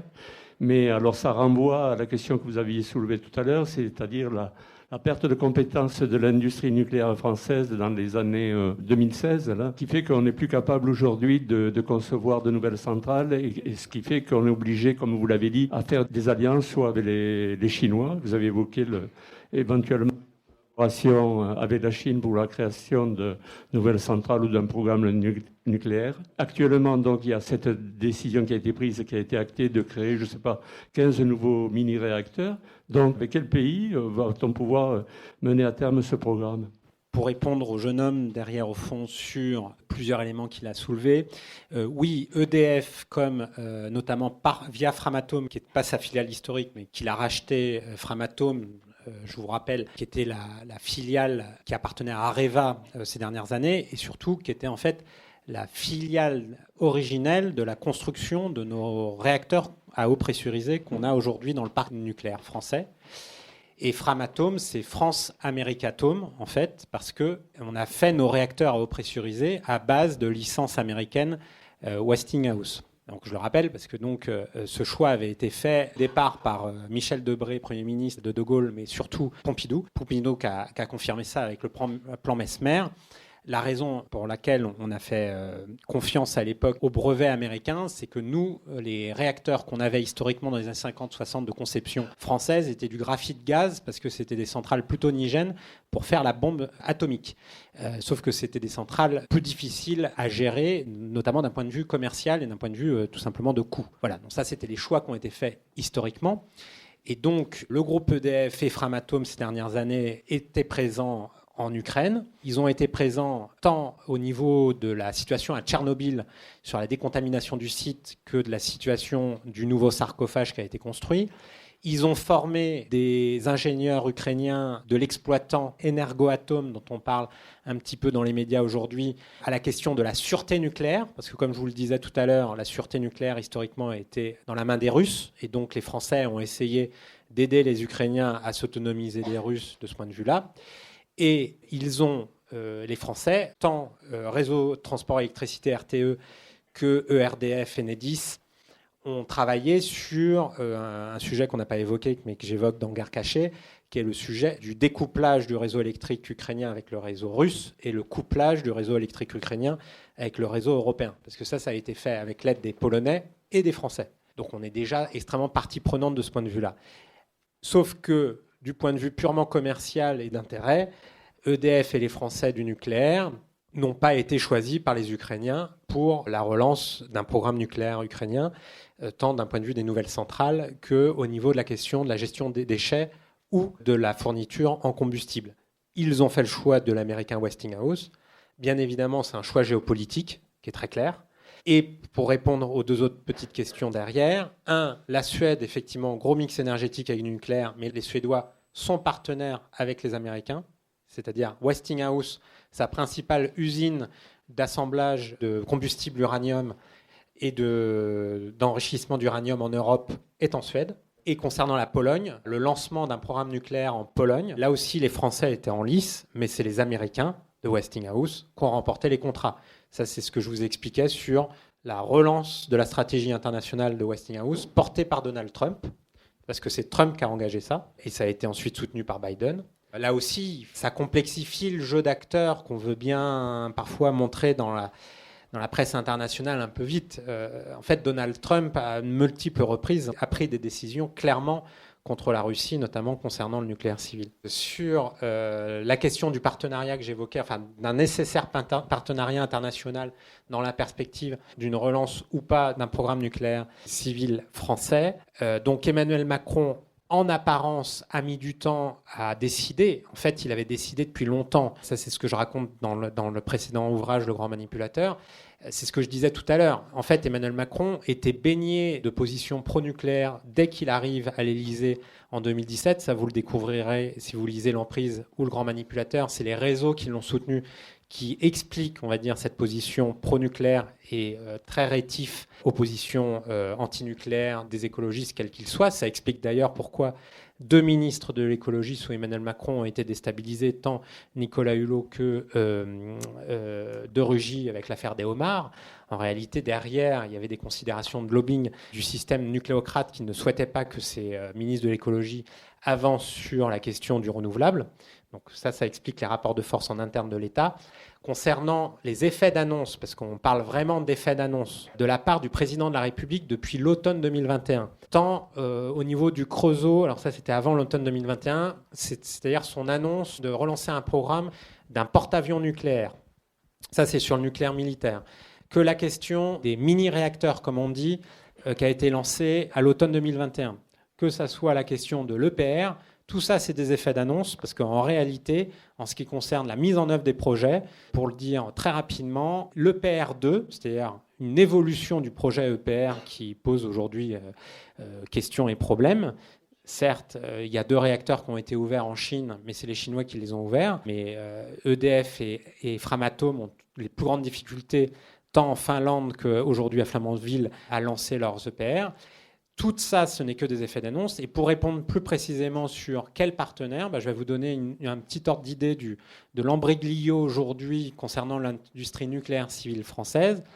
En février 2022, à quelques semaines de l'élection présidentielle, il y a Emmanuel Macron qui s'est déplacé à Belfort pour faire tout un show pour expliquer qu'il avait été l'ami des ouvriers de Alstom et qu'il n'avait pas du tout participé au bradage, à l'abandon d'Alstom aux États-Unis. Bon, quand il a fait ça, il a annoncé quelque chose qui était dans les cartons, que EDF, alors qu'EDF est déjà surendetté, et donc nous contribuables au final, EDF allait racheter Alstom pour près de 800 millions d'euros à General Electric. C'est l'annonce qu'il a faite. Bon, il ne s'en est pas beaucoup vanté par la suite, notamment avec la survenue de la guerre, parce qu'il y a un gros problème à ça, c'est que la moitié du plan de charge de l'usine de Belfort d'Alstom devenu GE, les fameuses turbines Arabelle qui équipent l'îlot conventionnel des centrales nucléaires civiles, donc c'est les turbines qui permettent aux générateurs électriques, avec la vapeur produite par le réacteur nucléaire, ça permet de produire l'électricité. La moitié du plan de charge de l'usine de Belfort et des activités ex-Alstom GE qui sont en train d'être achetées par EDF, c'est pour le russe Rosatom. Okay ? Donc il y a un problème industriel et stratégique. Est-ce que l'industrie nucléaire française va sortir de son partenariat historique, et notamment tu parlais du CEA, le Commissariat à l'énergie atomique, avec la Russie? À mon avis, non. Voilà. Il y a de la réelle politique en coulisses. Est-ce que, là je ne me prononce pas, je suis un journaliste pour le coup, je ne sais pas, entre les États-Unis, la Chine et la Russie, je ne sais pas lequel est le mieux au final, je vais vous dire. Mais est-ce que Emmanuel Macron subit des très fortes pressions américaines sur ce dossier? Je vous dis que oui, actuellement. Oui.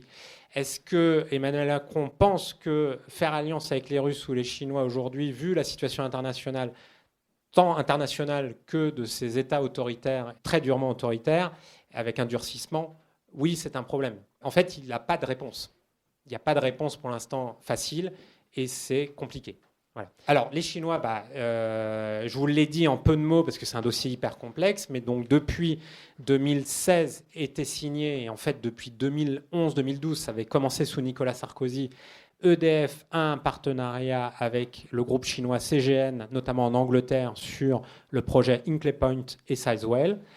Sur ce projet-là, c'était les Chinois qui apportaient des financements pour permettre aux Anglais et aux Français de construire des EPR technologies françaises. Mais on permettait sur le site de Sizewell, qui est le 3e site britannique du projet, de construire des Hualong chinois qui auraient permis aux Chinois d'avoir une certification européenne des autorités de sûreté nucléaire. Ce qui aurait permis aux Chinois de vendre à l'export leur Hualong, technologie 100% chinoise mais 100% copiée, 100% chinoise, vendre leurs réacteurs au niveau international. C'était ça le deal originel, et deal qui a été totalement critiqué au sein de l'État français pour de multiples raisons, et notamment concernant les questions qu'on évoquait déjà sur Airbus, de vol de technologie et de transfert de technologie éhontée, enfin plutôt de vol technologique, quoi, en gros, de copie. Là aussi, opacité des décisions publiques, courte vue des décisions politiques, intéressement des responsables politiques sur éventuellement des histoires de corruption. Les dossiers sont lourds. Voilà. Ça mériterait une commission, mais je sais qu'il y a des commissions d'enquête, mais j'espère que les commissions d'enquête vont traiter de la question géopolitique des partenariats d'un groupe comme EDF, tant dans le passé que dans l'avenir. Sur la guerre en Ukraine, c'est difficile de prévoir l'avenir. Il y a plusieurs écoles géopolitiques. Il y a notamment un grand géopolitologue américain qui est plutôt de l'école néo-réaliste, donc qui n'est pas spécialement néoconservateur, je suis dans l'euphémisme, qui est très inquiet parce que, alors il s'appelle John Mearsheimer, très grand spécialiste de géopolitique, qui avait prédit, lui, le bordel autour du nucléaire et de la Russie. Pourquoi ? Parce qu'en 1993, c'est lui qui a fait un article mémorable pour les spécialistes parce qu'il a annoncé que c'était une très mauvaise idée de permettre le désarmement nucléaire de l'Ukraine. Parce que, pour vous faire comprendre, l'école néo-réaliste dans les relations internationales, c'est considéré que ce n'est pas les idées qui comptent, entre guillemets, ce n'est pas l'idéalisme, c'est les rapports de force qui priment avant tout sur toutes les décisions au niveau international. C'est ça l'école néo-réaliste, enfin réaliste et néo-réaliste. Et de cette école-là, il considérait que l'Ukraine ne serait jamais en sécurité si elle abandonnait sur son territoire les armes nucléaires. Alors, comme je vous l'ai dit, les Russes considèrent, et les pro-russes considèrent que ces armes n'ont jamais été ukrainiennes. Et bien évidemment, les Ukrainiens disent « elles étaient quand même sur notre territoire. Si on les avait gardées, on aurait pu les bidouiller. » Je vous simplifie la situation qui est très compliquée. En 1993, Mearsheimer avait prédit le bordel qui allait venir. C'est-à-dire, si on permet aux Russes de récupérer les armes atomiques et surtout d'amener l'Ukraine à un désarmement, je rappelle qu'à l'époque, l'Ukraine aurait été virtuellement la 3e puissance nucléaire du monde. Voilà, donc ça pose des problèmes de prolifération et ça posait des problèmes d'équilibre des forces entre puissances nucléaires. Il y avait plus d'ogives sur le territoire ukrainien que la France ne dispose d'armes nucléaires. Donc ça posait un vrai problème, on va dire, en termes de géopolitique et diplomatique.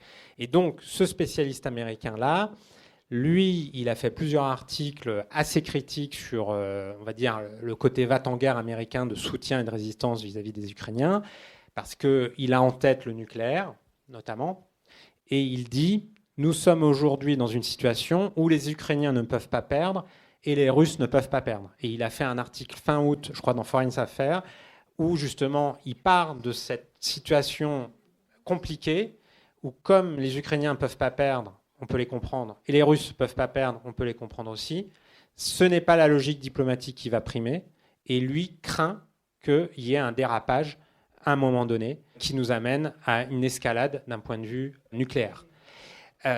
C'est quelque chose que lui met en avant, bien évidemment. L'école, qu'on pourrait qualifier un peu rapidement de néoconservateur, idéaliste, pro-démocrate, notamment américain, va dire mais non. Et donc ça, c'est ce qui est dit plutôt sur les plateaux télé, mais pas que. Il n'y a pas de problème avec le nucléaire. Poutine n'appuiera jamais sur le bouton. Vous inquiétez pas, tout ça, c'est de la propagande russe, c'est de la propagande de la télévision russe. Oui, il y a de la propagande du côté russe, ça, c'est incontestable. Est-ce que la menace est totale et directe ? Oui et non, le dossier est complexe. Mais comme je vous l'ai dit tout à l'heure, il y a un sujet, c'est-à-dire que tant du côté de l'OTAN américain et même Pentagone, Maison-Blanche, parce qu'il y a des points de vue qui sont différenciés aux États-Unis, parce qu'on a plutôt tendance à toujours globaliser les choses. Non, aux États-Unis, le Pentagone a un avis sur l'Ukraine, l'appareil de renseignement américain a un avis sur l'Ukraine, le département d'État américain, les diplomates ont un avis sur l'Ukraine, la Maison-Blanche a un avis sur l'Ukraine. Mais concernant la question, par exemple, des armes nucléaires tactiques, c'est-à-dire un bouleversement de la doctrine de dissuasion nucléaire, c'est-à-dire on en revient en fait à la guerre de Corée, parce qu'il faut revenir à la guerre de Corée, parce qu'à la sortie de la Seconde Guerre mondiale, la doctrine de dissuasion qu'on connaît aujourd'hui, c'est-à-dire notamment ce qu'on appelle les forces nucléaires stratégiques, c'est-à-dire en fait chacun appuie pas sur le bouton parce que sinon c'est la fin du monde, eh bien il faut se souvenir qu'en 1950, enfin dans les années 50, pendant la guerre de Corée, l'état-major américain, ça a donné le film Dr Folamour, ça en fait un titre d'un de mes chapitres, dans le film Dr Folamour c'est très bien montré, l'état-major américain à l'époque était pour balancer 50 bombes nucléaires sur la Corée du Nord. C'était dans leur plan. C'est ce qu'on appelle l'utilisation d'armes tactiques nucléaires sur le champ de bataille. Et ça, malheureusement, tant du côté des Russes que du côté des états-majors américains, les militaires, certains militaires, d'autres sont contre, mais certains militaires poussent à l'utilisation des armes tactiques sur le champ de bataille. Et justement, Mearsheimer, comme certains tenants de l'école néo-réaliste, ont très peur que Poutine, acculé militairement sur un point de vue conventionnel, puisse, dans un geste de, désespéré et de, je préserve ma puissance, décide à un moment donné d'utiliser l'arme atomique. Voilà. Donc le sujet est particulièrement complexe, tendu. Bien évidemment que sur la question de l'évolution du terrain militaire, tant d'un point de vue tactique, stratégique que, pour reprendre un terme russe opératif, comme ils disent. Et là, je vous renvoie à un article de Jean-Dominique Merchet de l'Opinion qui avait paru il y a quelques jours sur la contre-offensive ukrainienne. Bien évidemment, les Ukrainiens, eux, leur intérêt, c'est de, dans une perspective de négociation diplomatique, c'est de reprendre des positions le plus possible pour pouvoir négocier plus largement vis-à-vis des Russes. C'est logique. Mais on le voit, par exemple, sur la centrale de Zaporijia, que les Russes ne sont pas du tout prêts à lâcher des points aussi stratégiques que la centrale de Zaporijia pour tous les éléments que je vous ai expliqués précédemment. Il faut le savoir, par exemple, aujourd'hui, la centrale de Zaporijia, sur les 6 réacteurs de la centrale, 4 réacteurs sont fournis en combustible Westinghouse actuellement. Quelque chose qui n'est pas dit, mais là je suis sur un terrain entre guillemets neutre, ça va m'être reproché, mais l'utilisation du combustible Westinghouse par les Ukrainiens ces dernières années, ça n'allait pas de soi d'un point de vue technique. On parlait du partenariat russe avec l'industrie nucléaire civile française. Il y a énormément de spécialistes du nucléaire au niveau mondial, tant en France qu'ailleurs, qui regardaient ça avec étonnement, c'est-à-dire l'adaptation de combustible Westinghouse aux centrales de conception soviétique, parce que ça ne va pas de soi au niveau technique. Adapter du combustible et un assemblage de combustible sur un autre réacteur par rapport à quelqu'un qui ne dispose pas des brevets d'origine sur un réacteur, c'est sensible. Et d'ailleurs, ces dernières années, il y a eu plusieurs essais infructueux de Westinghouse sur les centrales ukrainiennes, et notamment à la centrale Ukraine Sud. Dans mon souvenir, c'est l'Ukraine Sud, celle où il y a eu une bombe à 300 mètres russe. En 2012, il y a eu un accident nucléaire sur un des réacteurs parce que le combustible Westinghouse était instable.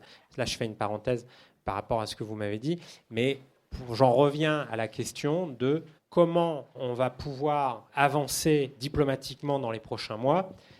Pour l'instant, en tout cas à l'instant T, la diplomatie, c'est pas le moment, malheureusement, on pourrait dire. Je voulais revenir sur Emmanuel Macron et sur ses propos de ne pas humilier les Russes qui ont été mal pris, notamment dans certains États d'Europe de l'Est qui n'ont pas la même perception historique de la Russie.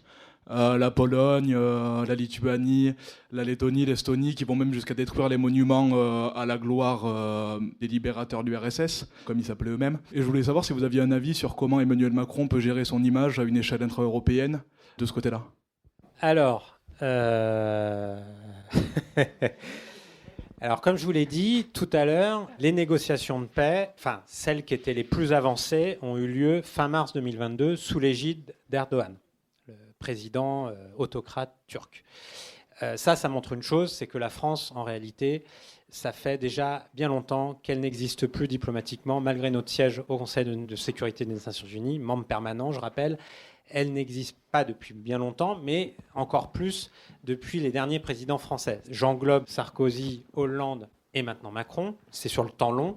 Le quinquennat Macron, qui aurait dû restaurer la fonction présidentielle et compagnie à un niveau international, toute l'image à l'international, parce que Emmanuel Macron porte mieux le costume que François Hollande, ça ne suffit pas à faire une diplomatie cohérente et avec une stratégie cohérente de long terme et de moyen terme. Seul moyen d'avoir un respect des différents partenaires au niveau international.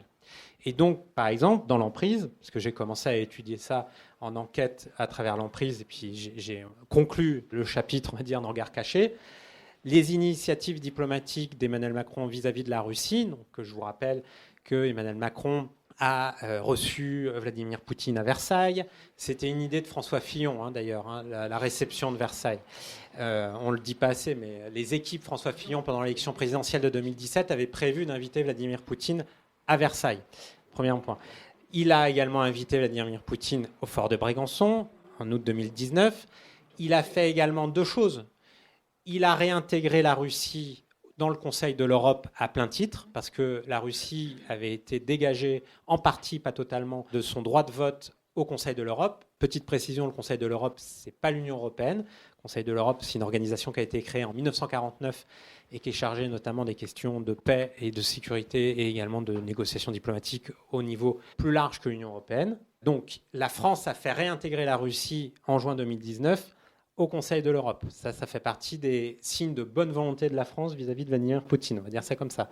Puis, il a également essayé, pourquoi il a invité Vladimir Poutine au fort de Brégançon, c'est qu'à l'époque, il souhaitait, ça tout le monde a oublié, il souhaitait inviter Vladimir Poutine en guest star, on va dire, où à Biarritz, au G7. Il voulait rétablir un G8. Les partenaires du G7 ont refusé à l'époque, mais c'était l'idée d'Emmanuel Macron d'inviter Vladimir Poutine qui aurait été le G8 de Biarritz. Bon, tout ça pour dire qu'entre 2017 et 2019, malgré les critiques d'Emmanuel Macron contre RT et Sputnik, notamment à Versailles, les médias russes, en réalité, la politique d'Emmanuel Macron a été dans un dialogue important à l'égard avec Vladimir Poutine. Il avait deux conseillers, entre guillemets, de l'ombre sur ce dossier-là.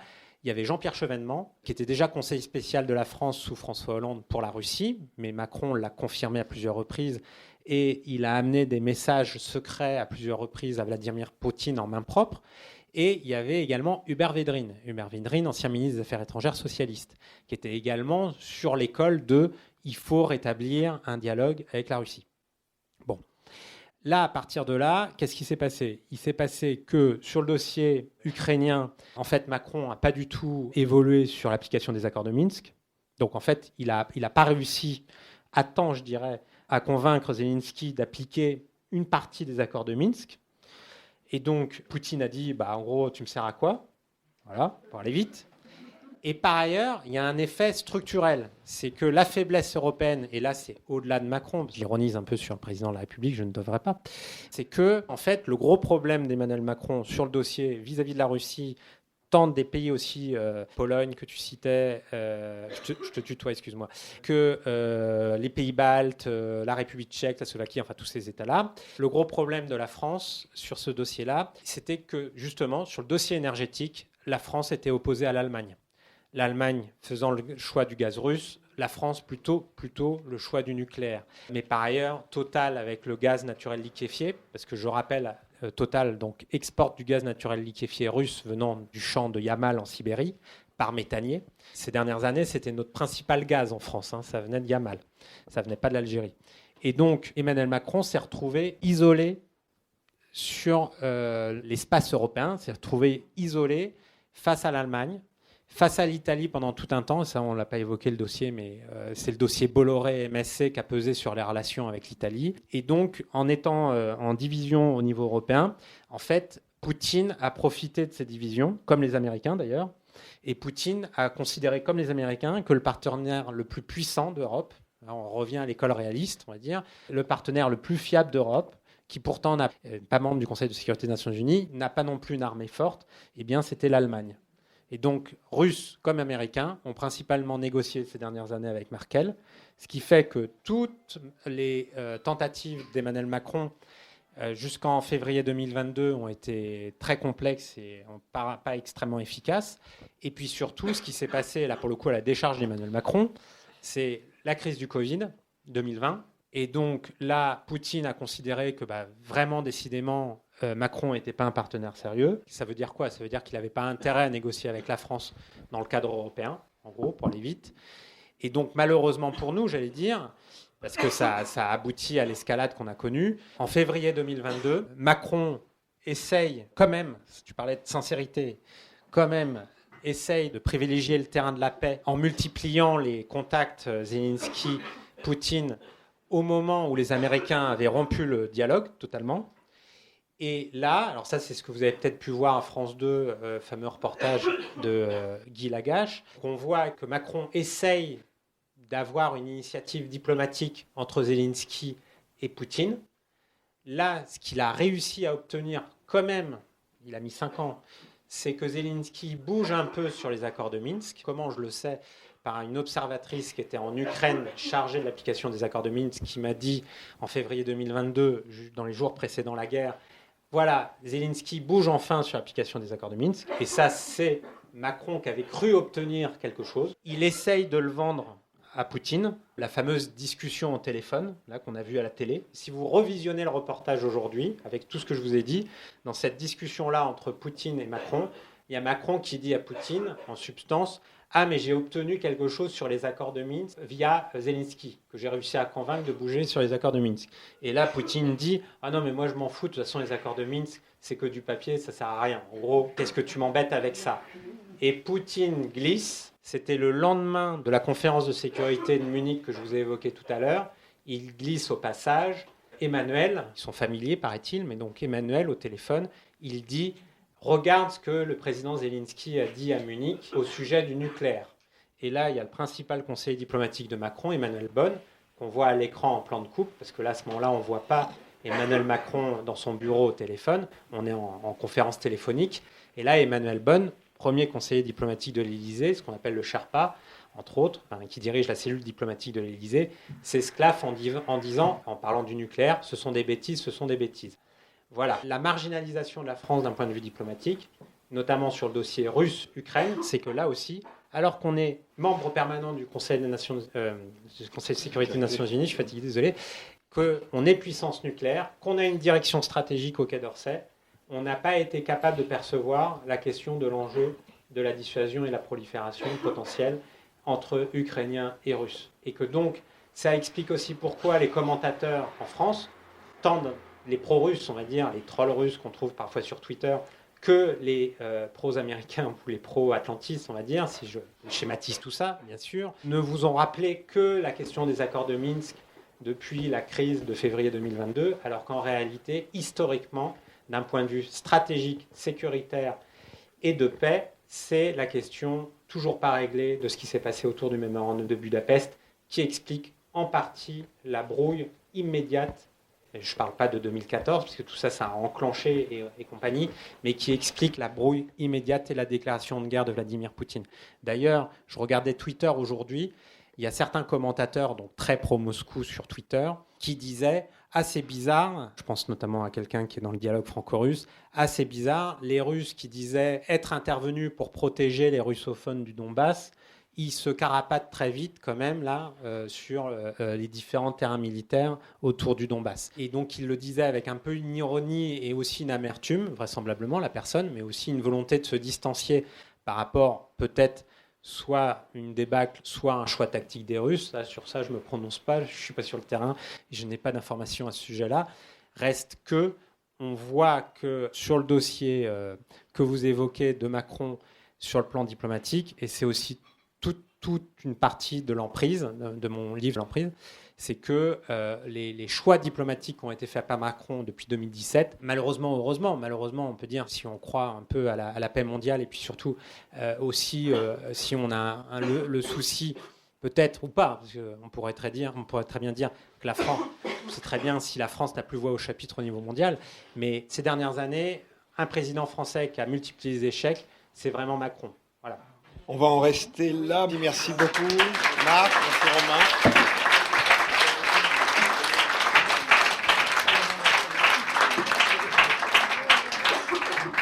Il y a beaucoup de sujets qu'on n'a pas abordés, y compris les solutions. On voit bien au travers des ratés historiques que notamment le couple franco-allemand qui ne fonctionne pas pourrait être évidemment la solution.